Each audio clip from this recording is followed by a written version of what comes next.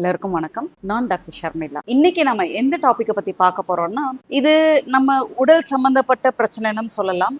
இல்ல ஒரு சில நபர்கள குறிக்கக்கூடிய பிரச்சனைன்னு சொல்லலாம். ஆமாங்க. நீங்க கெஸ் பண்ணது கரெக்ட் தான். தலைவலிய தான் சொல்றேன். ஃபர்ஸ்ட் நம்ம பார்க்க போறதுன்னா, தலைவலி எதுனால எல்லாம் வரும்? எப்படியெல்லாம் நம்ம அவாய்ட் பண்ணிக்கலாம்? அப்படின்றத பத்தி பார்க்கலாம். நம்பர் 1 காஸ் அப்படின்னு பார்த்தோம்னா, ஸ்ட்ரெஸ். நம்ம ரொம்ப ஸ்ட்ரெஸ் ஆகுறோம் அப்படின்னா, நம்மளுக்கு வந்து ஹெட்டேக் வரும். That could be emotional stress. That could be physical stress. நம்ம போஸ்டர் தப்பா இருக்கு, இல்ல ரொம்ப ஓவரா திங்க் பண்ணிட்டு இருக்கோம், இல்ல நம்மளுக்கு ரொம்ப பிடிச்ச ஆட்கள் யார் கூடயாவது ஸ்பெண்ட் பண்ணிட்டு இருக்கோம் டைம் அப்படின்னாலும் இந்த ஸ்ட்ரெஸ்னால வரக்கூடிய ஹெட்டேக் வரும். இதை நம்ம எப்படி அவாய்ட் பண்றதுன்னு பாத்தீங்கன்னா, நம்பர் 1 மெடிடேஷன் பண்றதன் மூலயமா, ஸ்ட்ரெஸ் மேனேஜ்மெண்ட் டெக்னிக்ஸ் கத்துக்கிறதன் மூலயமா நம்ம இந்த பர்டிகுலர் ஹெட்டேக்ல இருந்து தப்பிச்சுக்கலாம். அடுத்து ஒரு முக்கியமான ஒரு காரணம் அப்படின்னு பார்த்தோம்னா, தூக்கம் இல்லாததுங்க. ப்ராப்பரா நம்ம தூங்காம, இல்ல தூக்கம் வரும் பொழுது அது தள்ளி போட்டு வேற ஏதாவது வேலைகள் கண்டினியூஸா செஞ்சுட்டு இருக்கோம் அப்படின்ற பட்சத்துல தலைவலி வரும். இதுக்கு நீங்க ப்ராப்பரா ஒரு 6ல இருந்து 8 மணி நேரம் தினமும் தூங்கணும். ரொம்ப தூக்கம் வருது, தூக்கம் எதனால வரும், எக்ஸர்ஷனால வருது அப்படின்னா படுத்து தூங்கிட்டு அதுக்கப்புறம் நீங்க உங்களுடைய மீதி வேலைகளை கண்டினியூ பண்றது மூலியமா இந்த பர்டிகுலர் ஹெட்டேக்ஸ் வந்து நம்ம வந்து அவாய்ட் பண்ணிக்க முடியும். நம்ம நிறைய பேர் சொல்லியிருப்போம், தலை குளிச்சா எனக்கு தலைவலி வருது அப்படின்னுட்டு. அது தலை குளிக்கிறதுனால இல்லைங்க, நம்ம சைனஸ்ல ஏதாவது இன்ஃபெக்ஷன் ஆயிருக்கு, அதனால வீக்கம் ஆயிருக்கு அப்படின்னா ஹெட்டேக்ஸ் வரும். நம்ம சைனசைட்டிஸை கிளியர் பண்றது மூலியமாவே அந்த பர்டிகுலர் டைப் ஆஃப் ஹெட்டேக்ஸ்ல இருந்து நம்ம வந்து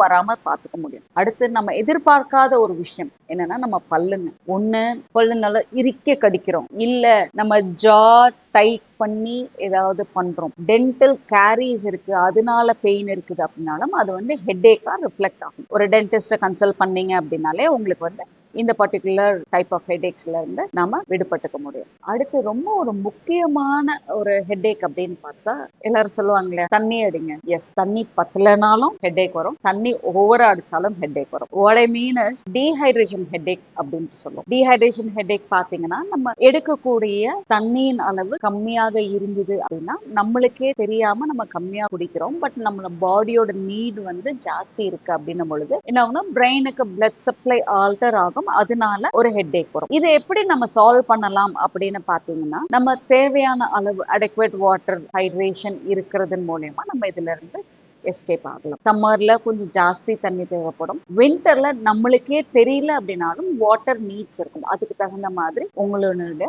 வாட்டர் இன்டேக் வந்து மேனேஜ் பண்ணிருக்கீங்க. அடுத்த ரொம்ப முக்கியமான ஒரு காஸ் அப்படின்னு பார்த்தோம்னா புவர் போஸ்டருங்க. ஹஞ்ச் பண்ணி உட்கார்றது, ரொம்ப நேரம் நம்ம கீழே குனிஞ்சு உட்கார்ந்து ஏதாவது பண்றது, ஸ்கிரீன் டைம் ஜாஸ்தி இருக்கிறது, இதன் மூலயமா என்ன ஆகும் அப்படின்னா நம்மளுடைய ஹெட்டினுடைய வெயிட் வந்து நெக்ல ரொம்ப ஜாஸ்தியா இருக்கும், அதனால ஒரு ஹெட்டேக் வரும் புவர் போஸ்டர்னால. இதை நம்ம எப்படி கரெக்ட் பண்ணிக்க முடியும்னு பாத்தீங்கன்னா, போஸ்டரல் கரெக்ஷன்ஸ் தான். நம்ம கரெக்டா ப்ராப்பரா உட்கார்றதன் மூலயமா, நெக்ல ஸ்ட்ரெயின் இல்லாம பாத்துக்கிறதன் மூலயமா நம்மளால இந்த பிரச்சனையில இருந்து விடுபட முடியும். அடுத்தது பாத்தீங்கன்னா கெஃபைன் வித்ட்ராவல் அப்படிங்குவோம். நம்ம காஃபி குடிச்சிட்டு இருக்கோம், திடீர்னு ஓவர் நைட் டிசைட் பண்ணி காஃபியை நிறுத்தக்கூடிய ஒரு சிலருக்கு வந்து இந்த பர்டிகுலர் டைப் ஆஃப் ஹெட்டேக்ஸ் வரும். இதுக்கு நீங்க ஓவர் நைட் ஸ்டாப் பண்ணாம கொஞ்சம் கொஞ்சமா கம்மி பண்ணிட்டு அதுக்கப்புறம் வந்து நீங்க காஃபியை நிறுத்துறீங்க அப்படின்னா இந்த பர்டிகுலர் ஹெட்டேக்ல இருந்து உங்களால தப்பிச்சுக்க முடியும். சப்போஸ் உங்களுக்கு பிபி ஜாஸ்தியா இருக்குது அப்படின்னாலும் உங்களுக்கு வந்து ஹெட்டேக்ஸ் வரும். நெக்ஸ்ட் பார்த்தோம் அப்படின்னா ஹார்மோனல் சேஞ்சஸ்,